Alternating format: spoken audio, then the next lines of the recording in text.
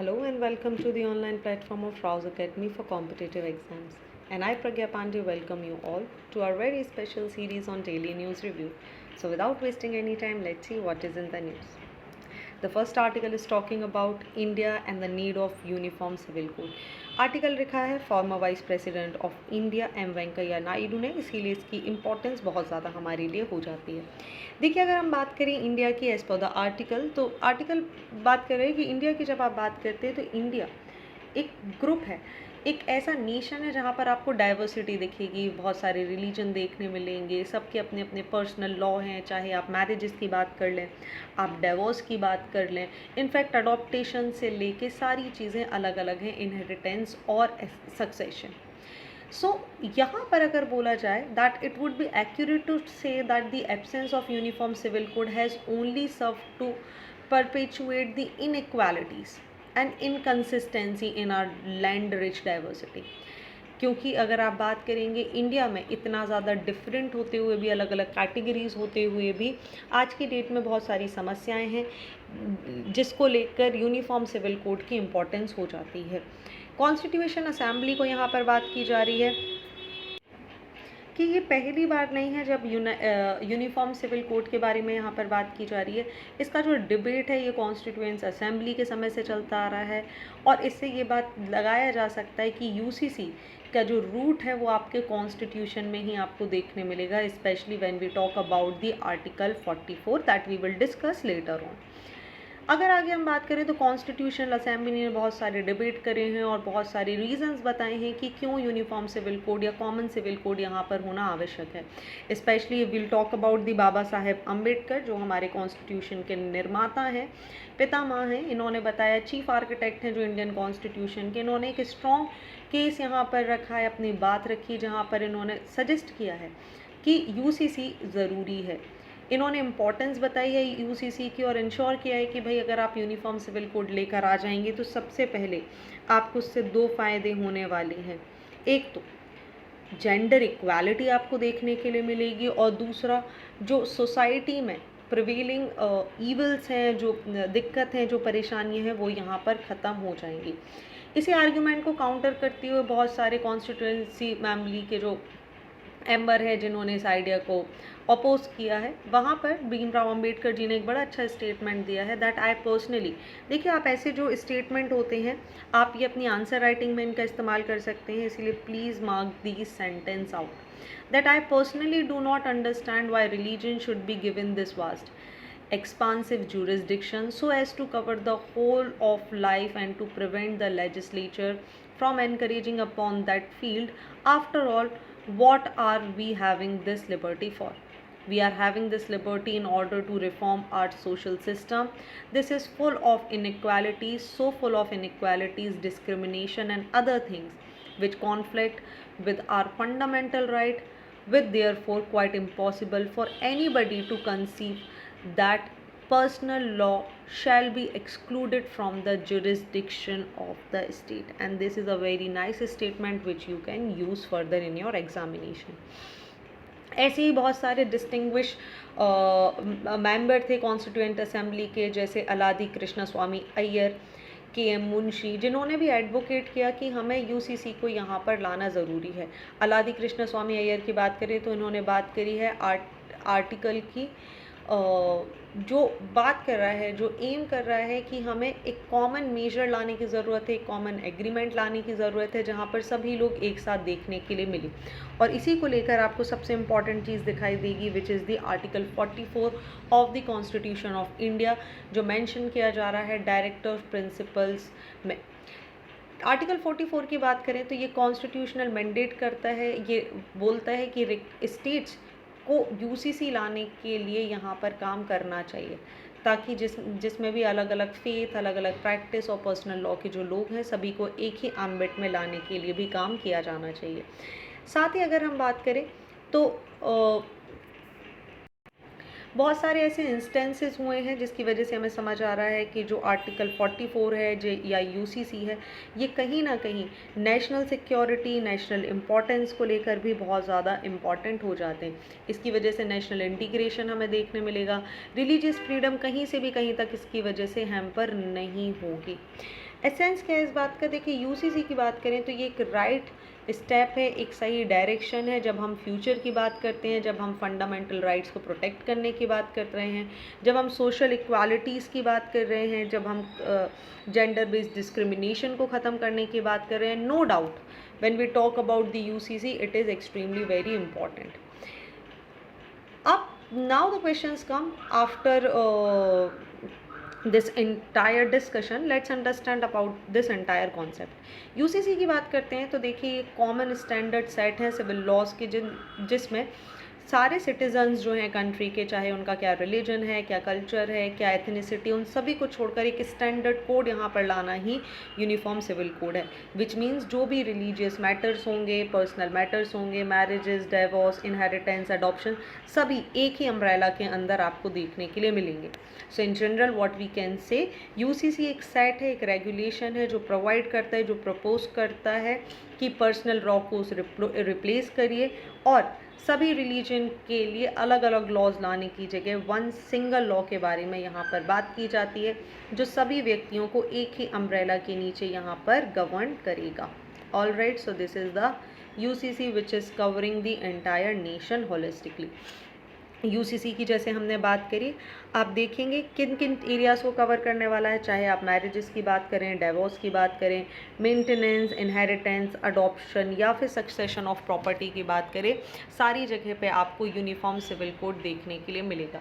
Specially अगर हम article 44 की बात करते हैं तो यूसीसी आपको यहाँ पर डिफाइन मिलता है in the directive principle of state policies.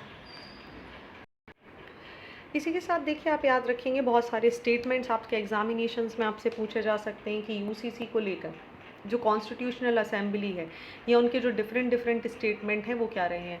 तो आप याद रखेंगे जो सब कमेटी है ऑन फंडामेंटल राइट्स जिसको हेड किया था सरदार वल्लभ भाई पटेल ने, उन्होंने बोला था कि इन्होंने डिसाइड किया था that securing a UCC was not with in the scope of fundamental rights, पहली चीज़. दूसरी अगर हम बात करें तो दूसरे आ जाएंगे मेंबर नज़ीरुद्दीन अहमद फ्रॉम बंगाल. इन्होंने बोला था UCC would come in a way of article 19 of the draft constitution, now article 25 which guarantees the right to freedom of religion subject to public order, morality and the health. Next come the KM Munshi. Okay, इनका statement भी important हो जाता है क्योंकि इन्होंने बोला था that the UCC will promote the unity of the nation and equality for women. Along with that सबसे इंपॉर्टेंट स्टेटमेंट आपको देखने मिलेगा बाबा साहेब अम्बेडकर का, जिन्होंने बोला था कि article merely propose that the state shall endeavor to secure a UCC which means it would not impose it on all the citizen. Okay, अब चलिए आगे बात कर लेते हैं. जब हम यूसीसी की बात करते हैं तो करंट स्टेटस क्या है.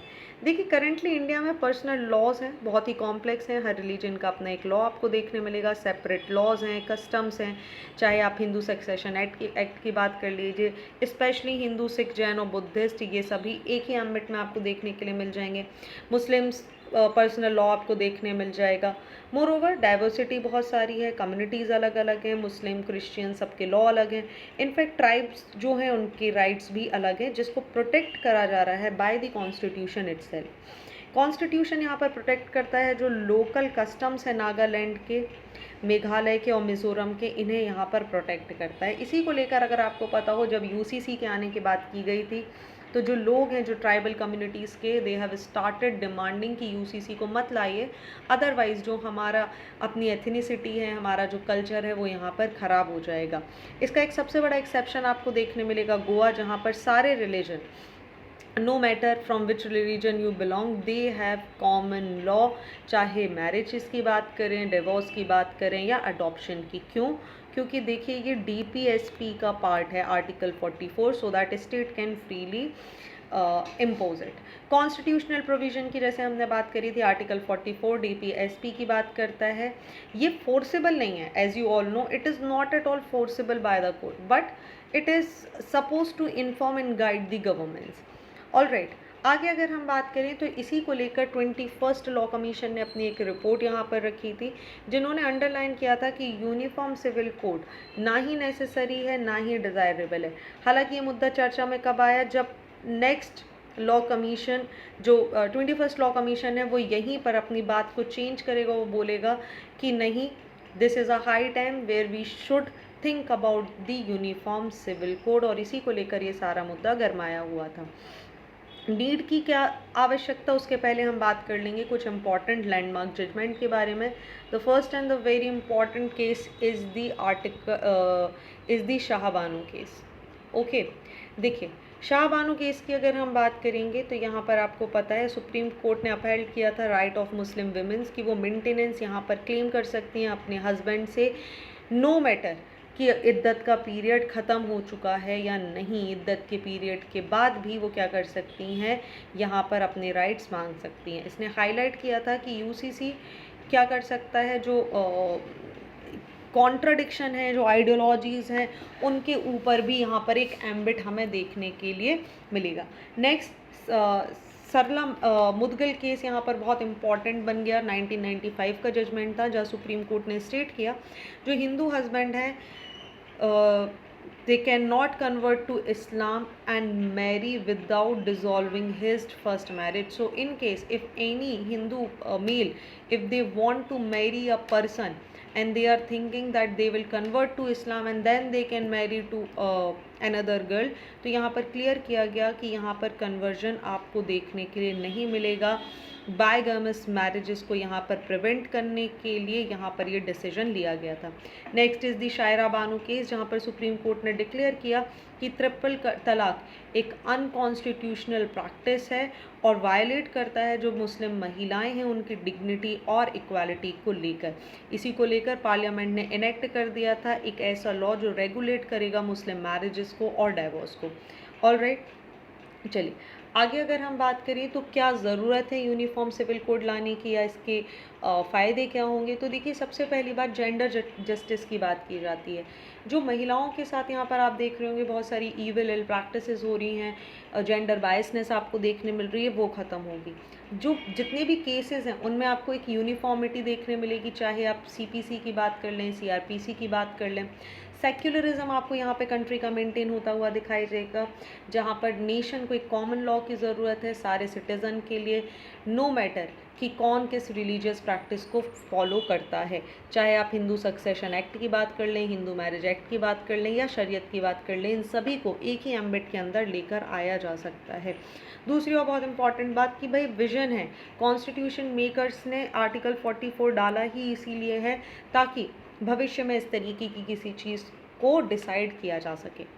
अगेंस्ट में जो आर्ग्यूमेंट हमें देखने मिलते हैं वो सबसे पहला है आर्टिकल 25, क्योंकि आर्टिकल 25 देखिए क्या कर रहा है, ये प्रिजर्व कर रहा है freedom of practice and propagate any religion. तो पहले तो ये यहाँ पर आर्ग्यूमेंट आ जाता है। दूसरा, जो भी पर्सनल लॉ हैं वो कॉन्करेंट लिस्ट का पार्ट है। That means parliament and state assembly they both can decide whatever they want to do. यहीं पर अगर हम बात करें तो कम्युनल पॉलिसीज़ यहाँ पर एम्पर हो सकती है, फंडामेंटल राइट्स का वायलेशन हो रहा है, डाइवर्सिटी को यहाँ पर कॉम्प्रोमाइज़ किया जा सकता है बिकॉज ऑफ यूनिफॉर्मिटी, और कम्युनल हार्मनी जो इंडिया में है वो भी हैम्पर होती हुई नज़र आ सकती है। सो सुप्रीम कोर्ट के कुछ जजमेंट हैं, जैसा आपने देखा Shah Bano case 1985, Sarla Mudgal case 1995, along with that you have also seen the case of Shayara Bano 2017। In case आपको एक और कोई रिसेंट केस याद रखना हो तो Paulo Coutinho versus Maria Luiza Valentina Pereira 2019 का केस है, that you can also take consideration for the reference. चलिए अगले आर्टिकल की बात करें, इंपॉर्टेंट है GS paper 3, economy, banking sector, growth and development. बात की जा रही है फिर से internationalization of the rupee without the coin tossing. देखिए आर्टिकल लिखा है फिरोज़ अरुण गांधी ने, बहुत अच्छे अच्छे पॉइंट्स यहाँ पर मेंशन किए गए हैं जो आपके एग्जाम्स के लिए इंपॉर्टेंट हो सकते हैं। देखिए गवर्नमेंट ने रिसेंटली डिसाइड किया है कि वो एक लॉन्ग टर्म रोड मैप तैयार कर रही है जहाँ पर इंटरनेशनलाइजेशन किया जाना है रुपी का, जो कि एक बहुत ही पॉजिटिव इम्पैक्ट हो सकता है। क्योंकि अगर आप 1950s की बात करें तो 1950s में इंडियन रुपी एक लीगल टेंडर था for almost all the transaction in the UAE, Kuwait, Bahrain, Oman, Qatar with the gulf monarchies purchasing rupee with a pound sterling. ये एक बहुत अच्छा कॉन्सेप्ट था, लेकिन 1959 में जो मिटिगेटिंग चैलेंजेस हैं उनको देखते हुए, यहाँ पर गोल्ड स्मगलिंग वगैरह को देखते हुए, रिजर्व बैंक ऑफ इंडिया के अमेंडमेंट एक्ट ने इनेबल कर दिया एक गल्फ रुपीज़ को क्रिएट करने के लिए with the note issued by the central bank for circulation only in the western region. Result क्या हुआ, जो होल्डर्स थे इंडियन करेंसी के उनको 6 हफ्ते दिए गए ताकि वो क्या कर सकें, अपने इस अमाउंट को यहाँ पर इंडियन करेंसी के साथ चेंज कर सकें। जो ट्रांजैक्शन बहुत ही स्मूथ होता गया। हालांकि 1966 में इंडियन को डिवैल्यूए करना पड़ा अपनी करेंसी को। इवेंचुअली रिजल्ट क्या हुआ, जो वेस्टर्न एशियन कंट्रीज़ थी उनको गल्फ रुपीज़ को अपनी खुद की करेंसी से यहाँ पर इसको चेंज करना पड़ा। ओके, अब ये जो डेप्रिसिएशन का कॉन्सेप्ट है आपको ये यहाँ पर समझना होगा कि हिस्टोरिकल अगर हम ट्रेड की बात करें तो गल्फ रुपी 1970s तक आपको देखने मिला। जो ये गल्फ रुपीज़ का ये जो कॉन्सेप्ट है ये 1970s तक चला। जैसे ही सिंध, सिलोन, बर्मा और का यहाँ पर कैप्चर होगा बाय द ब्रिटिशर्स, इसने इनकरेज कर दिया कि जो रुपीज़ की प्राइमेसी थी वो इन सारे क्षेत्रों में बहुत ज़्यादा बढ़ गई। बहुत सारे इंडियन मर्चेंट और कम्युनिटीज़ थे, उन्होंने अपने आप को इस्टेब्लिश करा इन सारे रीजन में। हालांकि इंडिपेंडेंस के बाद तक आप देखेंगे दुबई, गल्फ स्टेट, ये सभी आरबीआई के जो मिंटेड गल्फ रुपीज़ थे 1966 तक इसका इस्तेमाल करेंगे। सिर्फ और सिर्फ 1965 के बाद जो 1965 का वॉर हुआ इंडिया में, उसकी वजह से 1966 में इंडिया को अपना रुपी डिवैल्यूएट करना पड़ा और इसकी वजह से ये सारी कंट्रीज़ जो थी उनको यहाँ पर जो अमाउंट है वो अपनी खुद की करेंसी से चेंज करना पड़ा। Resulted into Indian currency market से बाहर। और आज की डेट में केवल और केवल आप देखेंगे तो नेपाल और भूटान रेगुलर बायलैटरल ट्रेड के थ्रू इंडिया के साथ इंडिया का जो करेंसी है रुपी उसको मेंटेन किए हुए हैं। आगे अगर हम बात करें, जो वैल्यू है रुपी का वो इटसेल्फ वाज वेरीड, मतलब आप देखेंगे वो चेंज होता रहा है, लेकिन ये कभी भी आपको इक्वल नहीं दिखेगा यूएस डॉलर के। Apart from article I am talking these things. 1947 की अगर हम बात करें तो रुपी डॉलर का जो रेट था वो था 3.30। डिवैल्यूशन के बाद 1966 की अगर हम बात करें तो यही अमाउंट इंक्रीज़ होकर हो गया 7.50 और बाद में ये रीच हो गया 32.4 बाय 1995। ये जो डिक्लाइन है ये इसके लिए बहुत सारे फैक्टर्स जिम्मेदार थे। पहला कारण तो भाई देखिए इंडिया चाइना और इंडिया पाकिस्तान का होने वाला वॉर। दूसरी बात अगर हम बात करें तो पॉलिटिकल इनस्टेबिलिटी, जिसकी वजह से जो प्राइजेस थे ऑयल के वो यहाँ पर शुक हो जाएंगे। 5 ईयर प्लान्स और फॉरेन लोन्स की हमारे लिए बहुत सारी आवश्यकता, जिसकी वजह से ये पूरा जो इंसिडेंट था ये कहीं ना कहीं गड़बड़ होता जाएगा। ओके, तो ये थी history. Coming back on to the point, बात की जा रही है कि ये जो मूव है 2023 में जो लिया गया है 2000 के नोट विड्रॉ करने का, इसकी वजह से जो कॉन्फिडेंस है रुपी का वो थोड़ा बहुत कहीं ना कहीं इम्पैक्ट होगा। हालांकि 2016 का जो डिमोनेटाइजेशन था उसने भी कहीं ना कहीं इंडियन रुपी का जो कॉन्फिडेंस है उसको यहाँ पर थोड़ा सा हिला के रख दिया। स्पेशली अगर आप भूटान या नेपाल की बात करेंगे, दोनों कंट्रीज़ ने इसके बाद भी कंटिन्यू करा। एक फियर एडिशन पॉलिसी यहाँ पर चेंज की गई विद द आरबीआई, जहाँ पर जो फर्दर डिनोमिनेशन है उसके बारे में कुछ इंटरनेशनलाइजेशन मार्केट में कुछ डिसीजन लिए गए। अब देखिए, एक सबसे बड़ी प्रॉब्लम है क्या, एक तो इंटरनेशनल डिमांड आपको नहीं देखने मिल रही है। बहुत अच्छा आर्टिकल है, आई एम टेलिंग यू कि बहुत सारे पॉइंट हैं जो आप अगर कहीं पर भी मिस कर रहे हैं वो आपको इस पर्टिकुलर आर्टिकल में देखने मिल जाएंगे। देखिए, रुपीज़ की अगर हम बात करें, बिगनिंग से अगर आप देखेंगे तो इसकी मार्केट में डिमांड बहुत ज़्यादा कम देखने मिलेगी। Only if will talk about जो इंटरनेशनलाइजेशन है रुपी का, वो कहीं ना कहीं हमें कमर्शियल बोरिंग और रुपीज़ वॉस्ट्रो के लिए इम्पॉर्टेंट हो जाता है। स्पेशली जो हम बात कर रहे थे रशिया के साथ, यूएई के साथ, श्रीलंका या मॉरिशस के साथ ट्रेड करने में, प्लस दी 18 कंट्रीज़ जहाँ पर रुपीज़ इंस्टीट्यूट है। हालांकि इतने ट्रांजैक्शन के बाद भी रुपीज़ का जो डिमांड है वो कहीं ना कहीं हमें लिमिटेड देखने मिलता है। क्यों? अगर आप अभी भी देखेंगे तो इंडिया जो रशिया से ऑयल खरीद रहा है वो या तो डॉलर में उसको पेमेंट कर रहा है और else they are paying it in the yuan. इसी की वजह से आप देखेंगे जो बहुत सारी रिपोर्ट्स हैं ये सजेस्ट करती हैं कि रशिया के जो बैंक्स हैं they had been averse to trade given the risk of the further currency depreciation and lack of awareness among the traders about the local currency which resulted into India की money को यहाँ पर थोड़ा सा बाहर रखना। अब देखिए, किसी भी करेंसी को एक कंसीडर किया जाए रिजर्व करेंसी के रूप में, रुपी को पूरा कन्वर्टेबल होना ज़रूरी है। दैट मीन्स इसकी यूज़ेबिलिटी होनी चाहिए, इसकी क्वांटिटी मार्केट में उतनी होनी चाहिए। और इंडिया की अगर हम बात करें तो India does not permit full capital account convertibility, which means we are allowing free movement or local financial investment assistant into foreign assets and the vice versa. We are not doing it. Because of that also India की जो currency है वो कहीं ना कहीं आपको lag करती हुई नज़र आएगी। यही अगर हम चाइना के एग्जाम्पल को लें तो चाइना ने इंटरनेशनलाइज किया था रिनमिनबी को, और ये एक बहुत बड़ा सबक हो सकता है इंडिया के लिए। As a online article highlight before 2004, renminbi जिसे आरएमबी के नाम से भी डिस्कस किया जाता है, इसको पहले बोला गया it could not be used outside China. 2007 तक डिमसम बॉन्ड या फिर ऑफशोर आरएमबीडी बॉन्ड्स मार्केट में आना चालू हो गए, जिसकी वजह से आप देखेंगे यहाँ पर हांगकांग ने डिमसम बॉन्ड्स को यूज़ करना शुरू कर दिया। 2008-9 के बाद आरएमबी जो है, जो आरएमबी का यूज़ आपको देखने मिल गया चाइना के बाहर भी, ट्रांजैक्शंस होने लगे आरएमबी में। 2009 में चाइना ने साइन किया करेंसी स्वैप एग्रीमेंट, जहाँ पर जो इक्वलेंट अमाउंट है मनी का वो इसके साथ एक्सचेंज किया जा सकता था with different country. Resulted into जैसे कंट्रीज़ हैं आपकी ब्राज़ील, यूके, उज़्बेकिस्तान, थाईलैंड, इन्होंने अलाउ कर दिया central bank, offshoring clearing banks and offshore participants bank कि वो इन्वेस्ट कर सकें जितना भी एक्सेस है आरएमबी में इन डेप्ट सिक्योरिटी। और इसी के बाद जो शंघाई 5 ट्रेड जोन है इन्होंने लॉन्च कर दिया सितंबर 2013 में कि वो अलाउ कर रहे हैं free trading between non resident and on शोर and offshore accounts in the RMB, and result into RMB एक वापस पिक्चर में आ गया, जो कि बहुत स्ट्रॉन्ग मनी मार्केट रूप में बाहर आ जाएगा। इंटरनेशनलाइजेशन की जब हमने बात करी थी तो देखिए ये प्रोसेस है जहाँ पे इन्वॉल्व किया जाएगा, इंक्रीज़ किया जाएगा जो रुपी है उसके क्रॉस बॉर्डर ट्रांजैक्शन के लिए।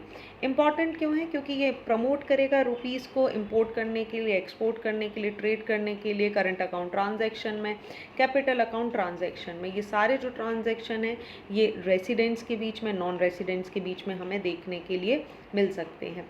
अगर हम इसकी इम्पॉर्टेंस की बात करें कि भाई प्रॉब्लम कहाँ पर हो रही है, क्या समस्याएं हमें देखने के लिए मिलेंगी, तो देखिए सबसे पहली बात जो फॉरेन ट्रेड्स हैं इंटरनेशनलाइज होने की वजह से वो बहुत आसान हो जाएगा।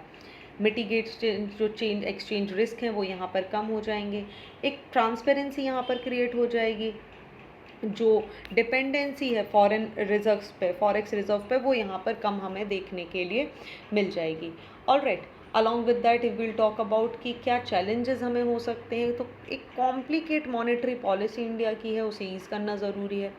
Along with that exchange rate की स्टेबिलिटी एक बहुत बड़ी समस्या हमारे सामने आ सकती है।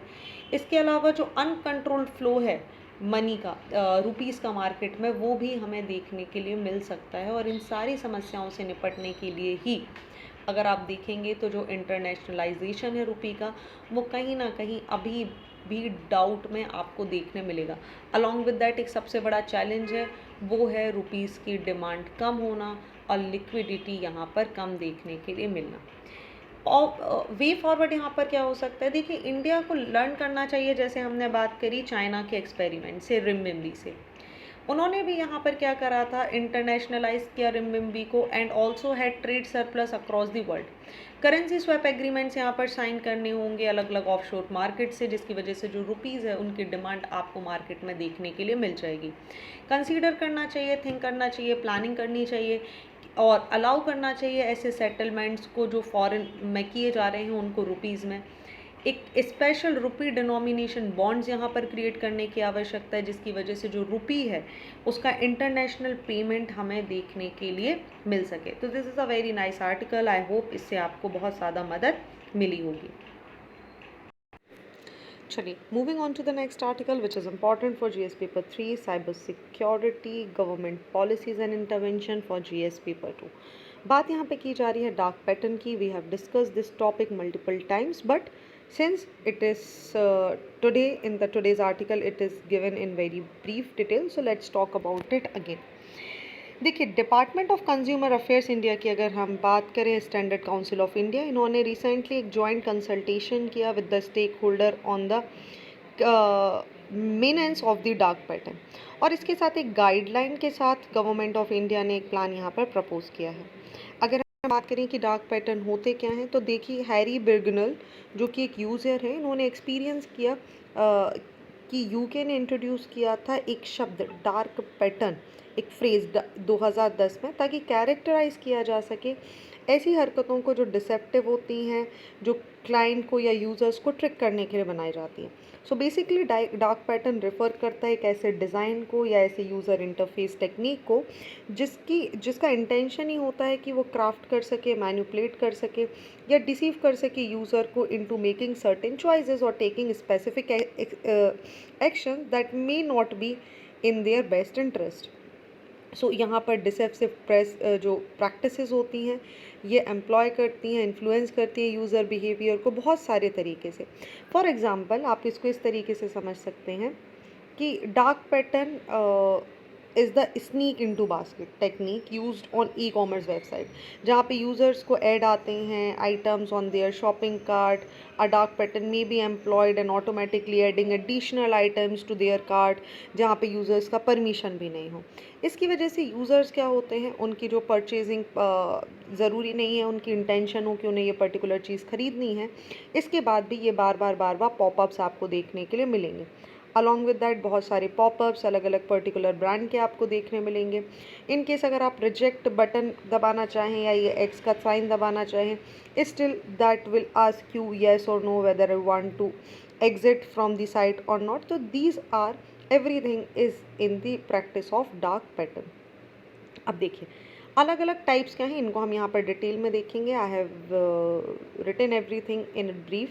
फर्स्ट थिंग आप ये देख लीजिए, डार्क पैटर्न जिसे डिसेप्टिव पैटर्न भी बोला जाता है, ये अलग अलग बिहेवियर जो होते हैं उनको यहाँ पर आइडेंटिफाई करने के लिए इसका इस्तेमाल किया जाता है। ठीक है, अब देखिए ये एक पूरा चार्ट है, एक पूरा डायग्राम है जो आपको इम्पॉर्टेंट होगा, आप समझ सकते हैं। इसको सबसे पहले इस्तेमाल किया गया था, as I have told you, Harry Brignull London based user experience designer जो हैं 2010 में। उसी के बाद यहाँ पर ये डिसेप्टिव डिज़ाइन के बारे में बात हुई। कंज्यूमर अफेयर मिनिस्ट्री ने आइडेंटिफाई करे हैं 9 तरीके के डार्क पैटर्न जिनको ई कॉमर्स कंपनीज़ यूज़ करती हैं।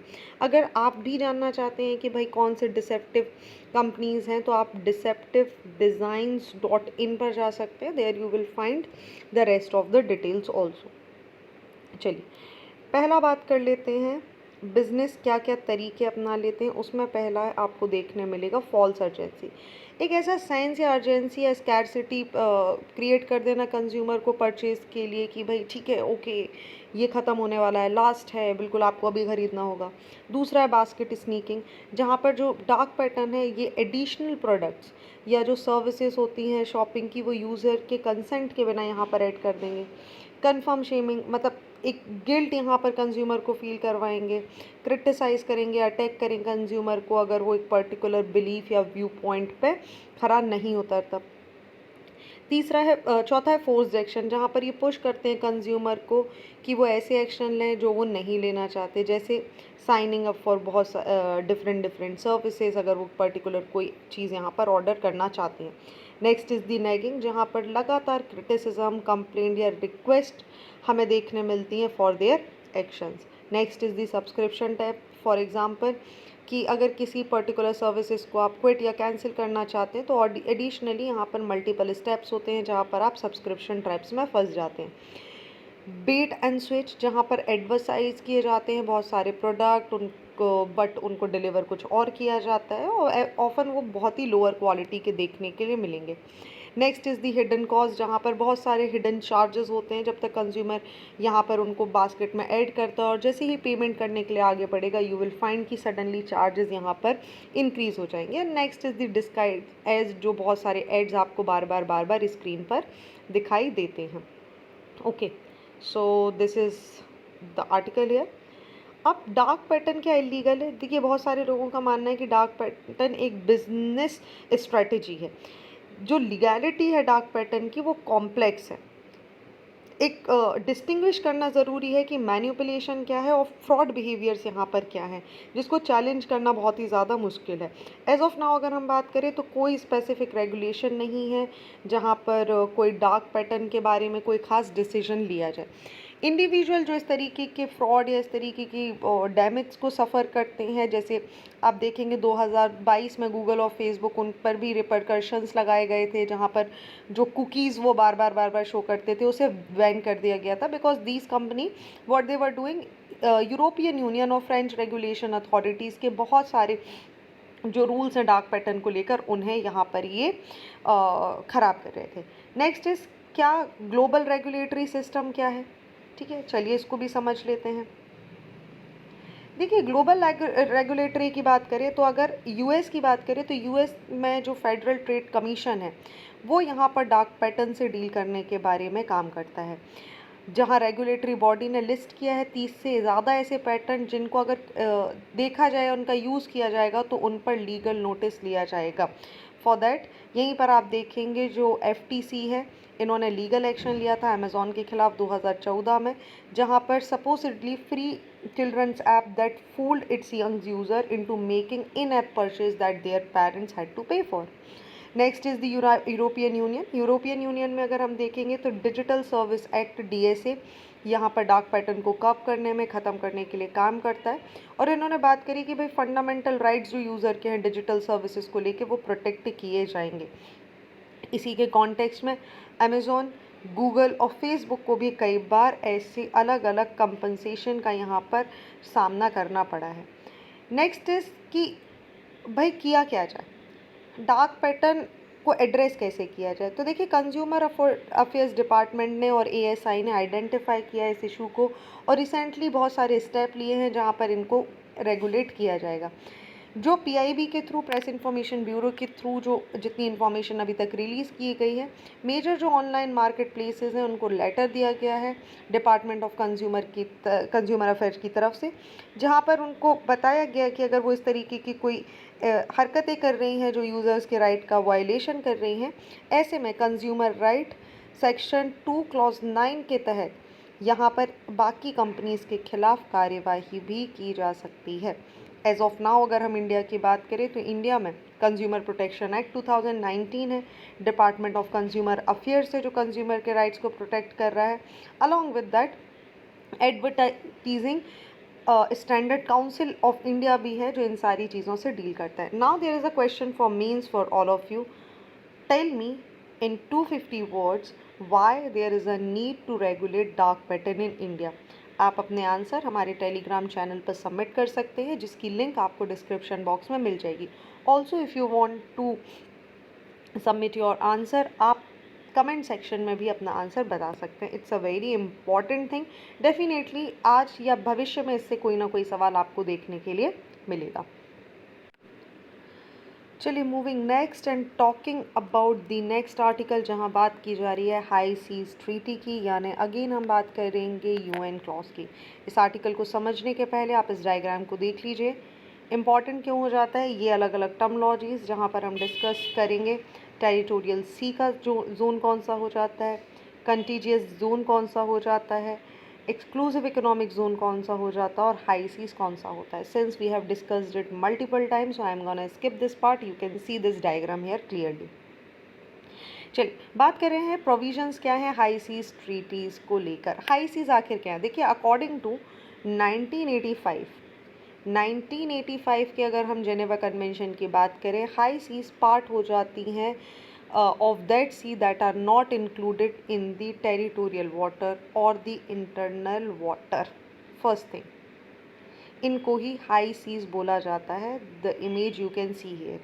सो ये बेसिकली वो एरिया है जो कंट्री के एक्सक्लूसिव इकोनॉमिक जोन के बाहर है, जो कि एक्सटेंड करता है 200 nautical miles from the coast line. That you can see, this is the coast line, which means till where a nation has jurisdiction over a living and non-living resources, and no country is responsible for management and protection of the resources, जो आपको कहाँ देखने मिलेंगे, in the areas of high sea। Significance क्या है, देखिए high seize account करती हैं आज की डेट में 60%, ठीक है, 60% वर्ल्ड ओशन एरिया के, और कवर करती हैं half of the earth surface. जो कि मरीन लाइफ का एक बहुत बड़ा हब है। लगभग 2 से 3 लाख स्पीशीज़ आपको यहाँ पर नॉन स्पीशीज़ यहाँ पर देखने के लिए मिल जाएंगे। इनको रेगुलेट करने के लिए, क्लाइमेट फंडामेंटल रोल प्ले करने के लिए, प्लानिटरी स्टेबिलिटी को मेंटेन करने के लिए, क्लाइमेट चेंज से निपटने के लिए, एब्जॉर्प्शन या ऑफ कार्बन के लिए, सोलर रेडिएशन को स्टोर करने के लिए, सारे लिहाज से ये बहुत ज़्यादा महत्वपूर्ण हो जाते हैं। थ्रेट क्या है देखिए, थ्रेट यहाँ पर इनको ये है, they observe heat from the atmosphere, are affected by the phenomena जैसे एल नीनो या एसिडिफिकेशन, जिसकी वजह से मरीन फ्लोरा या फौना यहाँ पर हैम्पर होता हुआ हमें दिखाई देता है। हुआ क्या, 1982 की अगर हम बात करें तो यूएन क्लॉज ने को अडॉप्ट किया गया, जिसने डेलिनिएट किया गया ऐसे रूल्स को जो ओशन पर और उसके रिसोर्सेज पर लगेंगे। यहीं पर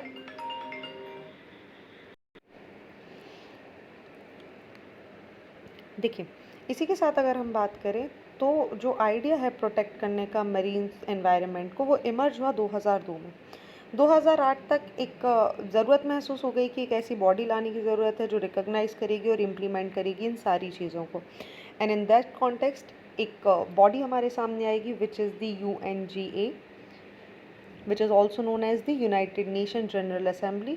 2015 में इसे डेवलप किया गया, एक लीगली बाइंडिंग इंस्ट्रूमेंट बनाया गया with in the framework of UN clause, और उसी के साथ ये बॉडी यहाँ पर आपको देखने के लिए मिल जाएगी।